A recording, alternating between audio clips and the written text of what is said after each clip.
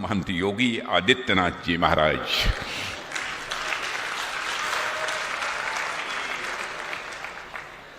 और हमारे उत्तराखंड के मुख्यमंत्री, जिन्होंने उत्तराखंड को विकास के मामले में भी और विरासत के मामले में भी ऊंचाई दी है, ऐसे पुष्कर जी धामी, हमारे भारत सरकार के वरिष्ठ मंत्री श्रीमान मनोहर लाल जी खट्टर, मंच और मैदान में बैठे हमारे सभी पूज्य संतगण एवं सभागार में बैठे सभी श्रोता देवियों व सज्जनों, आज गुरुदेव स्वामी सतमित्रानंद गिरि जी महाराज के विग्रह की प्राण प्रतिष्ठा और मूर्ति स्थापना समारोह में आप सबके बीच आना, मैं मानता हूं यह हमारे लिए एक सौभाग्य का विषय है। सबसे पहले मैं इस पावन भूमि को नमन करता हूं, मां गंगा को भी नमन करता हूं और उन ऋषियों को भी नमन करता हूं जिनकी तपस्या से भारत की आत्मा आज तक जीवित है।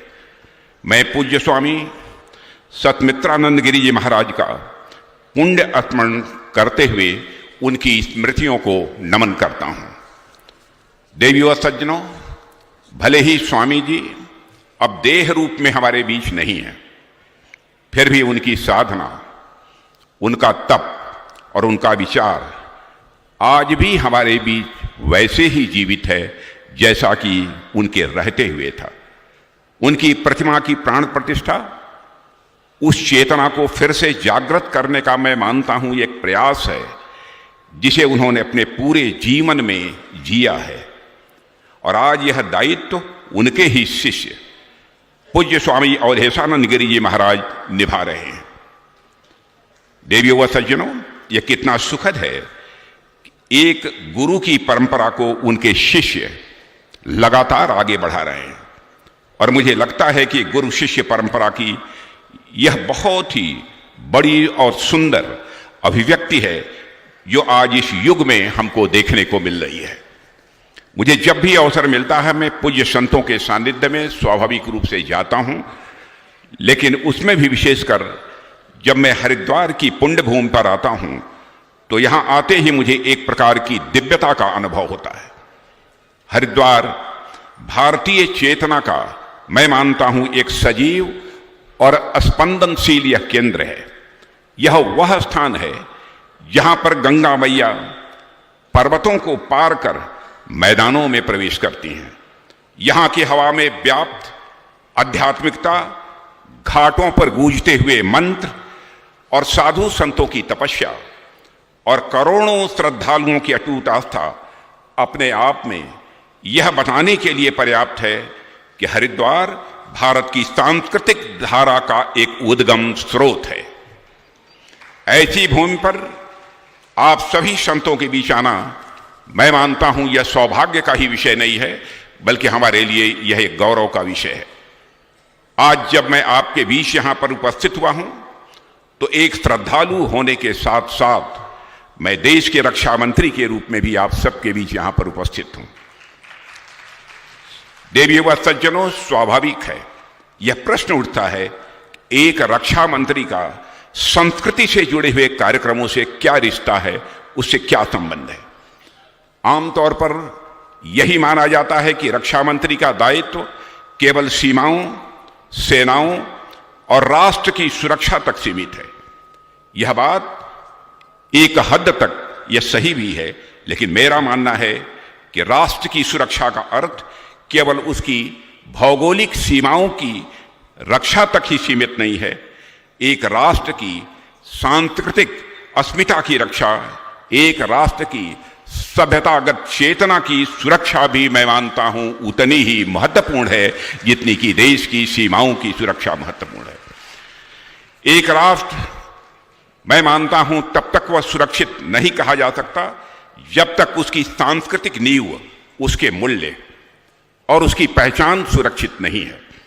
इतिहास गवाह है कि जिन राष्ट्रों ने अपनी सांस्कृतिक जड़ों को कमजोर होने दिया है, वे चाहे कितने ही बड़ी सैन्य शक्ति संपन्न क्यों न रहे हों, अंततः उनका विघटन होकर रहा है।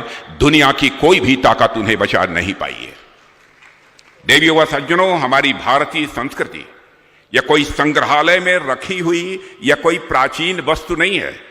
यह एक सजीव, विकासशील और एक यह समावेशी शक्ति है। यह वह दर्शन है जो वसुधैव कुटुंबकम कहलाता है।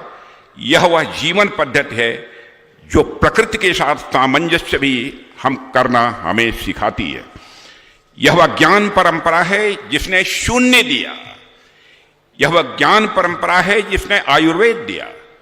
यह वह ज्ञान परंपरा है जिसने योग दिया। और यह वह ज्ञान परंपरा है जिसने विश्व को जीवन जीने की कला भी सिखाई है। लेकिन देवियों व सज्जनों, आज यह संस्कृति हमारा रक्षा कवच एक अदृश्य युद्ध के मैदान में है। आज इस पर कई प्रकार के हमले हो रहे हैं। हमारी युवा पीढ़ी अपने स्थानीय त्योहारों, भाषाओं और कलाओं से दूर होती जा रही है। एक ग्लोबल कल्चर की चकाचौंध हमारी सांस्कृतिक विविधता को लगातार धुंधली कर रही है। हमारे गौरवशाली इतिहास, हमारे महान विभूतियों को जानबूझकर विकृत किया जा रहा है, उपेक्षित किया जा रहा है। हमें अपने नायकों से विमुख करने का एक सुनियोजित प्रयास, मैं मानता हूं, दशकों से चला आ रहा है। ऐसे में हमारे लिए सांस्कृतिक पुनर्जागरण की ओर आगे बढ़ना यह अनिवार्यता है और यह समय की एक मांग भी है। इसके लिए समाज में आप सभी संतों से योग्य, मैं समझता हूं कि हमें और कोई नहीं मिलेगा। आप सभी भारत के सांस्कृतिक योद्धा हैं। देवियों सज्जनों, आप सभी संत और आचार्य इस पुनर्जागरण के, मैं मानता हूं, केंद्र हैं। आप सदियों से इस देश की सांस्कृतिक धारा के संरक्षक रहे हैं और आज जब भौतिकता का अंधकार फैल रहा है तब आपके मार्गदर्शन की आवश्यकता पहले से कहीं अधिक और बढ़ जाती है। आज जरूरत है हमारे संत राष्ट्र की युवा शक्ति से अपना संवाद और अधिक बढ़ाएं। आज जरूरत है हमारे संत आधुनिक माध्यमों का भी उपयोग करके सनातन ज्ञान को सरल और प्रासंगिक रूप से जन सामान्य के बीच वह प्रस्तुत करें। मैं मानता हूं कि आज की जरूरत है कि हमारे संत सामाजिक सद्भाव और राष्ट्रीय एकता के वह प्रबल प्रचारक बने। और मुझे कहते हुए गौरव की अनुभूति हो रही है, बड़ी संख्या में ऐसे हमारे संत समाज के लोग इस दायित्व का भारत में निर्वहन कर रहे हैं। हमारी संस्कृति की सबसे बड़ी ताकत, देवियों व सज्जनों, उसकी एकता में है। और इस सिद्धांत को आपसे बेहतर मैं समझता हूं कोई और नहीं समझ सकता है। अब हमें राष्ट्रवाद से भी ऊपर उठकर सांस्कृतिक राष्ट्रवाद और सांस्कृतिक पुनरुत्थान की ओर भी देखना होगा। और भारत की विशेषता यही रही है, यहां राष्ट्र की कल्पना तलवार या सत्ता से नहीं बनी है। यहां राष्ट्र की कल्पना तलवार या सत्ता से नहीं बनी है। यहां राष्ट्र ऋषियों की कुटिया से निकला है, आश्रमों से निकला है, गुरु और शिष्य के संवाद से यहां राष्ट्र निकला है। कश्मीर से लेकर कन्याकुमारी तक, कच्छ से लेकर कामरूप तक, भारत अगर एक है तो सिर्फ इसलिए क्योंकि हमारे संतों ने सदियों के प्रयास से इस भूमि को जोड़े रखा है। देवियों व सज्जनों, हमारी संत परंपरा इस देश की सबसे बड़ी ताकत रही है।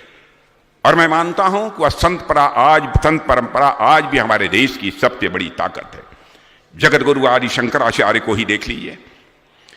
बेहद कम आयु में उन्होंने पूरे देश का भ्रमण किया।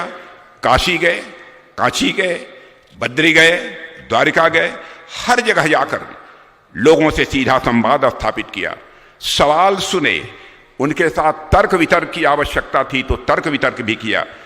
उन्होंने किसी के ऊपर अपनी बात को थोपा नहीं, उन्होंने संवाद किया। यही कारण है कि अद्वैत वेदांत आज भारतीय समाज के लिए एक जीवन दृष्टि बन गया है। फिर रामानुजाचार्य जी आए तो उन्होंने भक्ति के माध्यम से लोगों को समरसता का पाठ पढ़ाया। फिर माधवाचार्य जी आए, उनका दृष्टिकोण कुछ अलग था। उन्होंने द्वैत की बात कही, रास्ता अलग था लेकिन मंतव्य सभी का एक ही था। इसके बाद कबीर आए। उन्हें भले ही शास्त्रों का ज्ञान नहीं था, लेकिन उन्होंने लोक की भाषा में लोगों के साथ सीधा संवाद स्थापित किया। गुरु नानक देव जी ने इस भाव को यात्राओं के जरिए आगे बढ़ाने का काम किया। उन्होंने अध्यात्म को सामाजिक जिम्मेदारी से जोड़ने का भी दायित्व निभाया है। महाराष्ट्र में संत तुकाराम और संत ज्ञानेश्वर ने वही चेतना समाज में जगाई। पूर्वी भारत में चैतन्य महाप्रभु आए। उन्होंने भक्ति को उत्सव बना दिया। चैतन्य महाप्रभु ने भक्ति को उत्सव बना दिया। भारत की संत परंपरा को अगर एक वाक्य में समझना हो तो मैं समझता हूं कहा जा सकता है कि अलग अलग शब्दों में बोला गया एक ही सत्य है। समय बदला, समाज बदला, भाषा बदली, लेकिन उसका तत्व एक ही रहा है। और यह वह तत्व क्या है? तत्व यह समझना है कि जो मेरे सामने उपस्थित है वह मुझसे अलग नहीं है। उसके भीतर भी वही चेतना है जो मेरे भीतर है। जब यह भाव मन में उतरता है तो टकराव स्वाभाविक रूप से अपने आप कम हो जाता है। फिर सामने वाला दूसरा नहीं रह जाता है, फिर सामने वाला दूसरा नहीं रह जाता, फिर संवाद संभव होता है, सह अस्तित्व भी स्वाभाविक रूप से यह भी संभव होता है। देवियों व सज्जनों, यही सांस्कृतिक राष्ट्रवाद का मूल मंत्र है। यह राष्ट्रवाद जमीन से शुरू होकर चेतना तक जाता है। यह दूसरों को अलग नहीं करता है, बल्कि उनके अंतर्मन को जोड़ता है। आज के समय में जब दुनिया तेजी से बदल रही है, जब पहचान को लेकर भ्रम पैदा हो रहा है, तब भारत की संत परंपरा हमें स्थिरता देती है। यह हमें याद दिलाती है कि हमारी जड़ें कितनी गहरी हैं और हमारा आकाश यह कितना व्यापक है। आज के समय में यह बात और भी अधिक जरूरी हो जाती है जब दुनिया तेजी से बदल रही है, जब पहचान को लेकर भी भ्रम पैदा हो रहा है। तब भारत की संत परंपरा ही अकेली वह परंपरा है जो हमें स्थिरता देती है। हमें यह बताती है आधुनिक बनने का यह अर्थ नहीं है कि आप अपनी जड़ों से ही अलग हो जाएं। यह हमें सिखाती है कि आगे बढ़ते हुए भी अपनी आत्मा को बचाया जा सकता है। कल्पना कीजिए, अगर शंकराचार्य जी केवल एक क्षेत्र तक सीमित रहते, अगर भारत के सारे संत केवल अपने आश्रमों तक सीमित रहते, तो क्या भारत जैसा आज भारत है वैसा भारत रह पाता? हमारे संतों ने पूरे देश को अपना घर माना है, तभी हम एक रह पाए हैं, तभी हमारी संस्कृति बची रह पाई है। यही भाव आज भी चाहिए। आज हमें अपनी संस्कृति और राष्ट्र दोनों को बाह्य आक्रमणों से सुरक्षित रखने की जरूरत है। और मैं अपनी सरकार के द्वारा आपको आश्वस्त करना चाहता हूं कि प्रधानमंत्री मोदी जी के नेतृत्व में हमारी सरकार भी आपके साथ साथ इस दायित्व का निर्वहन कर रही है। देवियों और सज्जनों, जब हम सनातन संस्कृति और राष्ट्र रक्षा की बात करते हैं तो सबसे पहले हमें यह समझना जरूरी भी है कि दोनों अलग अलग विषय नहीं है। जैसे शरीर और प्राण है कि एक के बिना दूसरा अधूरा है, वैसे ही सनातन और राष्ट्र दोनों एक दूसरे के पूरक हैं। सनातन संस्कृति हमें जीवन जीने का भाव देती है और राष्ट्र उस जीवन को सुरक्षित, संगठित और सशक्त रूप देता है। किसी भी राष्ट्र का भविष्य तभी सुरक्षित होता है जबकि उसकी युवा पीढ़ी अपने अतीत को समझती हो, अपने मूल्यों को पहचानती हो और उनसे प्रेरणा लेकर वह आगे बढ़ने की कोशिश करती हो। मैं मानता हूं कि संस्कृति हमें जीवन जीने की दिशा देती है। हमें सही और गलत के बीच अंतर करना भी यह संस्कृति ही सिखाती है और हमारे सामाजिक कर्तव्यों का बोध भी यह संस्कृति ही कराती है। हमारा इतिहास और परंपराएं हमें आत्मविश्वास देती हैं। आध्यात्मिक मूल्य मनुष्य को नैतिकता और संवेदनशीलता देते हैं। इसलिए यदि विकास केवल टेक्नोलॉजी यानी तकनीक और अर्थव्यवस्था के स्तर तक ही सीमित रह जाए और वह संस्कृति से कट जाए, तो मैं मानता हूं वह अपने आप में खोखला हो जाता है। देवी और सज्जनों, यह भी कहा जा सकता है कि संस्कृति का ज्ञान उतना ही आवश्यक है जितनी आधुनिक शिक्षा और कौशल विकास आवश्यक है, क्योंकि गाइडेड मिसाइल्स बनाने के लिए आधुनिक शिक्षा चाहिए और व्यक्ति को मिसगाइडेड होने से बचाने के लिए संस्कार और संस्कृति चाहिए। और इसलिए हम कहते हैं विकास भी विरासत भी। और एक और जहां आधुनिक भारत इंफ्रास्ट्रक्चर का निर्माण कर रहा है, तकनीक के क्षेत्र में नए कीर्तिमान स्थापित कर रहा है, नया भारत स्टार्टअप खड़ा कर रहा है, आर्थिक आत्मनिर्भरता की दिशा में तेजी से आगे बढ़ रहा है, तो दूसरी ओर भारत की सांस्कृतिक चेतना को भी एक नई ऊर्जा मिल रही है। भारत की सांस्कृतिक चेतना को कैसे नई ऊर्जा मिल रही है, इस विस्तार में नहीं आना चाहता। इसकी अभी योगी आदित्यनाथ जी ने भी चर्चा की है और आप सभी लोग अच्छी तरह परिचित हैं। देवियों व सज्जनों, यदि हम अपने शास्त्रों की ओर नजर डालें तो हमारे शास्त्र भी हमें यही बताते हैं। हमारे शास्त्र और ग्रंथ कभी भी हमें कठिन और बोझिल दर्शन नहीं सिखाते। वे जीवन को सरल, करुणामय और लोकहित से जोड़ते हैं। सनातन परंपरा का मूल यही है कि व्यक्ति अकेले नहीं जीता है, वह समाज के लिए जीता है और समाज मिलकर एक राष्ट्र बनता है। इसलिए हमारे ग्रंथों में धर्म और राष्ट्र की रक्षा को अलग अलग नहीं बल्कि एक ही भाव से देखा गया है। सनातन संस्कृति हमें यह भी सिखाती है कि व्यक्ति का कल्याण समाज से जुड़ा है और समाज की मजबूती राष्ट्र की रक्षा में निहित है। और इसी धर्म ध्वजा को लेकर स्वामी सत्यमित्रानंद गिरी जी महाराज चले थे और आज उसी परंपरा को हमारे स्वामी अवधेशानंद गिरी जी महाराज लगातार आगे बढ़ाने का काम कर रहे हैं। देवियों व सज्जनों, आज भारत एक ऐसे मोड़ पर खड़ा है जहां हमारे लिए राष्ट्र रक्षा और सनातन संस्कृति दोनों जरूरी हैं। हमें शक्ति और शील दोनों की आवश्यकता है। शक्ति सीमाओं की रक्षा के लिए और शील संस्कृति की रक्षा के लिए। जब शक्ति और शील एक साथ चलते हैं तभी राष्ट्र महान बनता है। देवियों व सज्जनों, हमारे प्रधानमंत्री के नेतृत्व में भारतीय ज्ञान परंपरा को भी बहुत बल मिला है। जैसे आप देखिए कि एक अंतर्राष्ट्रीय योग दिवस के माध्यम से भारत की आध्यात्मिक परंपरा आज विश्व को का मार्गदर्शन कर रही है। भारतीय भाषाओं, ग्रंथों और परंपराओं पर नए सिरे से पूरे विश्व में एक विमर्श प्रारंभ हो चुका है। आज दुनिया आयुर्वेद का महत्व समझ रही है। यह सब एक व्यापक सांस्कृतिक जागरण का ही संकेत है, ऐसी मेरी मान्यता है। आज हम अतीत से आशंकित नहीं हैं, वर्तमान के प्रति आत्मविश्वासी हैं और भविष्य के प्रति हम भयभीत नहीं हैं बल्कि हम आशावादी हैं।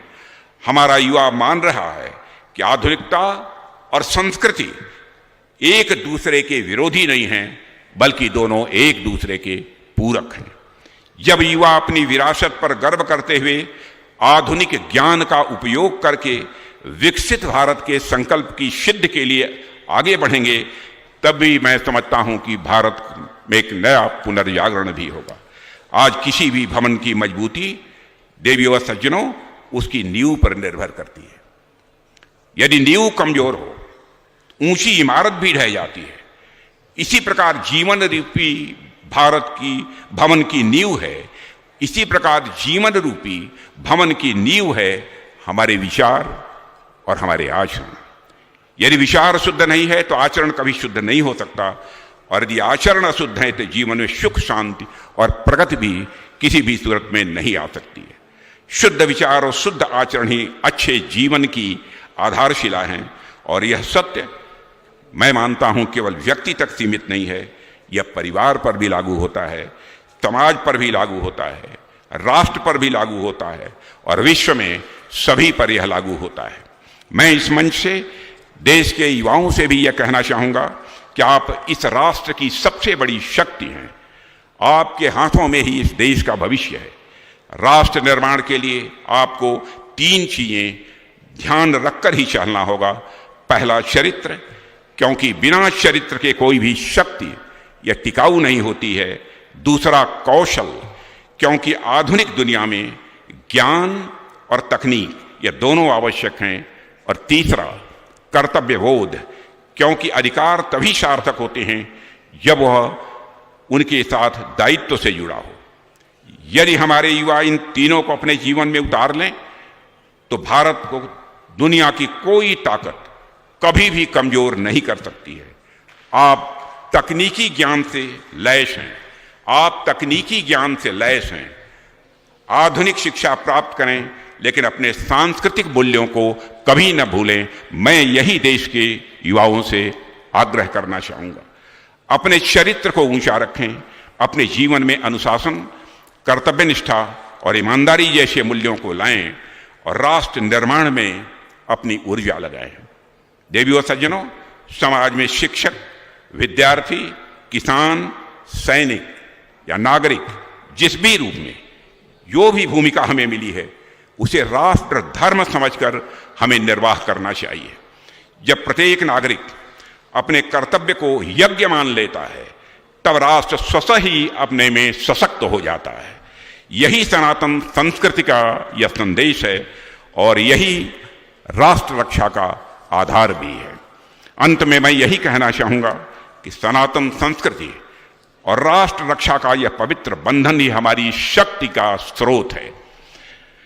सनातन संस्कृति और राष्ट्रीय रक्षा का यह पवित्र बंधन ही हमारी शक्ति का स्रोत है। यह हमारा मार्गदर्शक सिद्धांत होना चाहिए। आइए हम सभी इस पवित्र भूमि के प्रति, अपनी सनातन विरासत के प्रति और हमारे वीर सैनिकों के प्रति कृतज्ञता का भाव रखते हुए यह हम संकल्प लें कि हम व्यक्तिगत और सामूहिक रूप से राष्ट्र की एकता, अखंडता और संप्रभुता और सांस्कृतिक गौरव की रक्षा के लिए सदैव तत्पर रहेंगे। हम अपने अंदर उसी वीरता, त्याग और बलिदान की भावना को जागृत करेंगे जिसने इस देश को सदियों तक गौरवान्वित किया है। मैं पूरे हृदय से अवधेशानंद गिरि जी महाराज का आभार प्रकट करता हूं, जिन्होंने इस आयोजन को भाव भी दिया है, विचार भी दिया है और दिशा भी दी है। देवियों सज्जनों, ऐसे संतों का मार्गदर्शन समाज को संतुलन देता है। स्वामी अवधेशानंद गिरि जी महाराज जैसे संतों का मार्गदर्शन यह समाज को एक संतुलन देता है। इस अवसर पर उपस्थित सभी श्रद्धालुओं, आयोजकों और समाज के उन सभी लोगों को भी आभार प्रकट करता हूं जिन्होंने इस क्षण को सार्थक बनाया है। आप सभी इस प्रकार भारत की सांस्कृतिक आत्मा के रक्षक तथा संवर्धक की भूमिका सदैव निभाते रहेंगे और इसी विश्वास के साथ हम संतों के चरणों में प्रणाम निवेदित करते हुए अपना यहीं पर निवेदन समाप्त करते हैं। आप सबको बहुत बहुत धन्यवाद।